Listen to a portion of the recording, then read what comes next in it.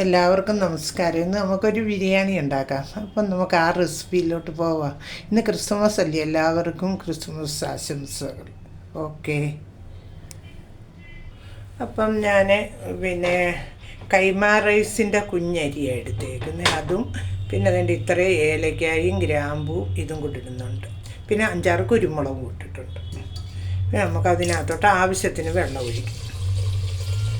അധികം വേണ്ട. നമുക്ക് അതിനകത്തോട്ട് തന്നെ ഞാൻ ഇറച്ചിയെല്ലാം കൂട്ടാൻ വെച്ച് വെച്ചിട്ടുണ്ട്. അതിൻ്റെ ഇച്ചിരി ചാറ് കൂട്ട് ഒഴിക്കും. ഒരു രുചി വേണമല്ലോ. എന്നിട്ട് നമുക്ക് ഗ്യാസ് ഒന്ന് കത്തിക്കും. അപ്പം നമുക്ക് ഇത്രയും ഉപ്പും ഇടാം. നമുക്കിതൊന്ന് അടച്ചങ്ങോട്ട് വെക്കാം. അപ്പം നമ്മൾ ഇപ്പുറത്തെ അടുപ്പിലോട്ടൊരു ഇത് വെച്ച് ചീനിച്ചട്ടി വെച്ചിട്ടുണ്ട്. നമ്മൾ വേണ്ട ഒരു 12 ഉള്ളി ഞാൻ എടുത്തിട്ട് അതരിഞ്ഞിട്ടുണ്ട്. അതിനി ഒന്ന് മൂപ്പിച്ചെടുക്കും. നമ്മുടെ എണ്ണ മൂത്തിട്ടുണ്ട്. നമുക്ക് അതിനകത്തോട്ട് ഈ ഉള്ളി ഒന്ന് കുടഞ്ഞിടാം. അപ്പം നമ്മുടെ ഉള്ളി അങ്ങനെ മൂത്ത് വരുന്നുണ്ട്. ഇനി ഇപ്പോഴത്തെ അടുത്ത് നമ്മൾ ചോറിനും വെച്ചിട്ടുണ്ട്.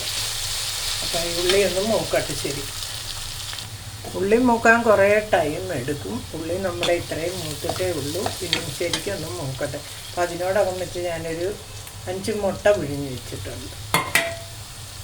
ഇപ്പോൾ ഇവിടെ കിട്ടുന്ന ഈ പച്ചുള്ളി അത് ഇങ്ങനെ നമ്മൾ മൂപ്പിച്ചാലും കുഴഞ്ഞിരിക്കുന്നു. നമ്മുടെ നാട്ടിലേൻ്റെ ഇവിടെ നല്ല ഉണങ്ങിയ ഉള്ളിയല്ലേ ഈ പച്ചുള്ളി. ഇപ്പോൾ ഈ തണുപ്പായതുകൊണ്ട് അപ്പം നമ്മുടെ ഉള്ളി എങ്ങനെ മൂത്ത് വരും. അപ്പം നമ്മുടെ ഉള്ളിയെല്ലാം ഒരു ഇത് മൂത്തിട്ടുണ്ട്. അപ്പം നമുക്ക് ആ ഉള്ളിയെല്ലാം ഇങ്ങോട്ടിനെ കോരിയെടുക്കാം. അപ്പം നമ്മളതെല്ലാം ഇനി കോരിയെടുത്തിട്ട് ഇനി നമുക്കൊരു ഇത്രയും മുന്തിരിങ്ങ ഒന്ന് വഴറ്റിഞ്ഞെടുക്കാം. മുന്തിരിങ്ങ മാത്രമേ ഉള്ളൂ, പരിപ്പൊന്നുമില്ല.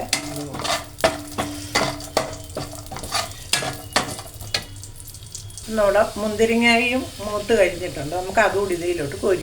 അപ്പം നമുക്ക് ആ ചീനിച്ചട്ടി ഞാനങ്ങ് മാറ്റി. ഇനി നമുക്ക് ഈ ബിരിയാണി ചെമ്പ് പോലുള്ള ഈ പാത്രം എടുത്ത് അത് അടുപ്പിലോട്ട് വെച്ച് ഗ്യാസ് കത്തിച്ചിട്ടുണ്ട്.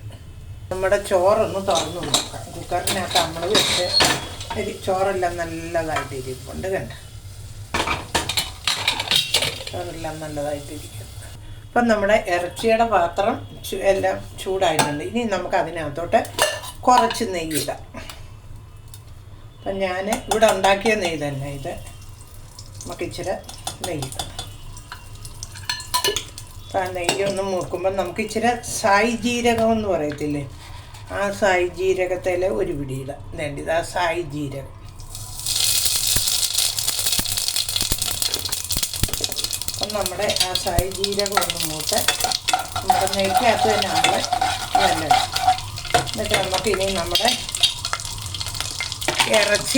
ഇറച്ചി നമുക്ക് അതിനകത്തോട്ട് ഒഴിക്കാം.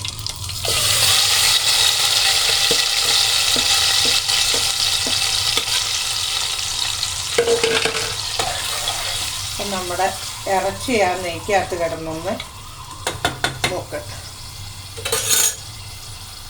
അപ്പം ഞാൻ ആ ഇറച്ചിക്കകത്തോട്ട് നമ്മൾ വറുത്ത് വെച്ചിരുന്ന കുറച്ച് ഉള്ളിയും കൂടെ ഞാൻ ഇട്ടിട്ടുണ്ട്.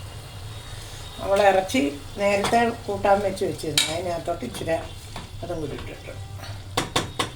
നമുക്ക് ദമ്മ് ചെയ്യണമല്ലോ.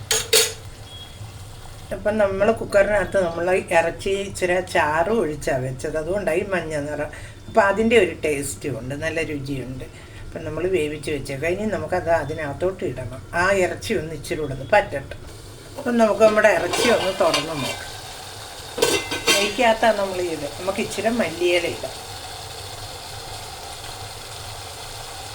മല്ലിയില ഇട്ടിട്ട്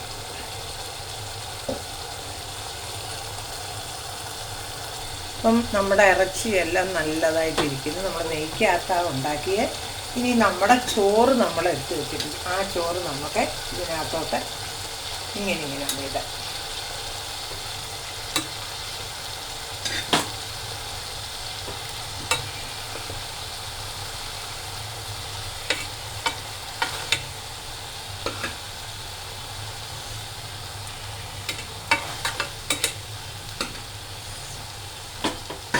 അപ്പോൾ തീ ഒന്ന് കുറച്ച് വെക്കാം. എന്നിട്ട് നമുക്ക് നമ്മുടെ ഒരു മുട്ട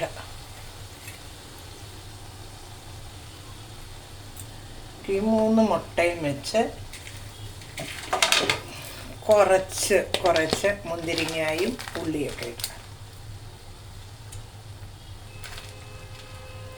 നമ്മുടെ ഉള്ളിയും നമുക്ക് കുറച്ച് മുന്തിരിങ്ങ, പിന്നെ നമുക്ക് ഇച്ചിരി നെയ്യും ഒഴിക്കാം.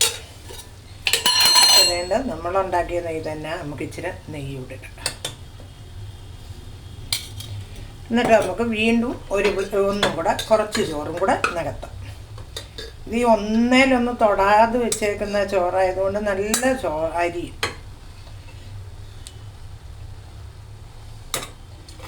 നമ്മൾ തീയൊന്ന് കുറച്ച് വെച്ചിട്ടുണ്ട്.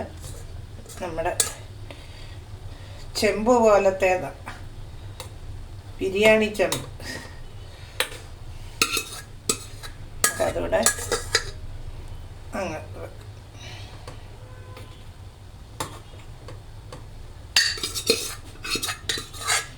നമ്മൾ 2 ഗ്ലാസ് അരി കഴിച്ചത്.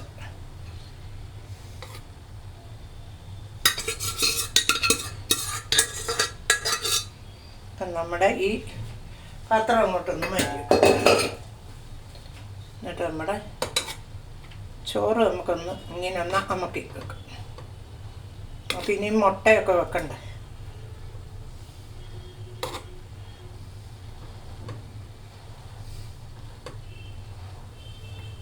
അപ്പം ഞാൻ സിമ്മിലായിട്ടേക്കുന്നേത്തി ഇനി നമുക്ക് നമ്മുടെ ഈ മുന്തിരിങ്ങ ഇത് നമുക്ക് ആദ്യം നമ്മൾ 2 മുട്ടയും കൂടെ ഉണ്ടല്ലോ, അതും കൂടെ വെക്കാം നമുക്ക് ഇതിനകത്ത്.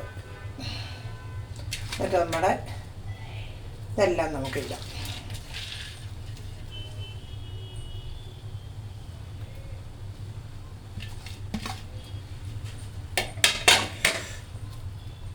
നമ്മളെല്ലാം ഇട്ട് നമ്മളെ കുറച്ച് കരിവേപ്പിലയും ഇത്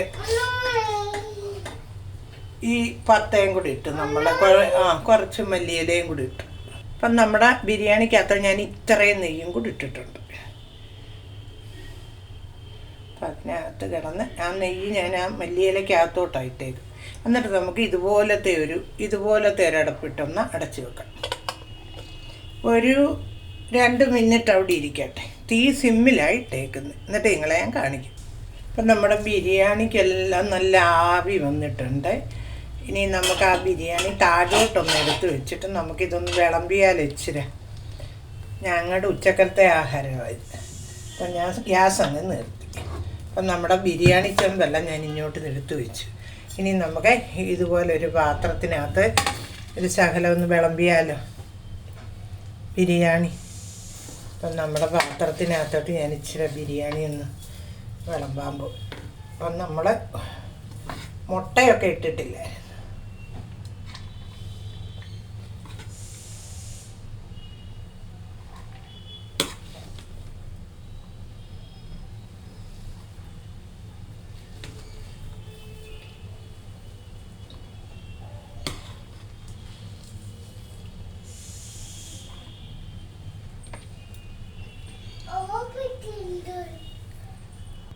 അപ്പം നമ്മുടെ ബിരിയാണി എല്ലാം റെഡിയായി. ഞാൻ കഴിക്കാനും വിളമ്പി വെച്ചു.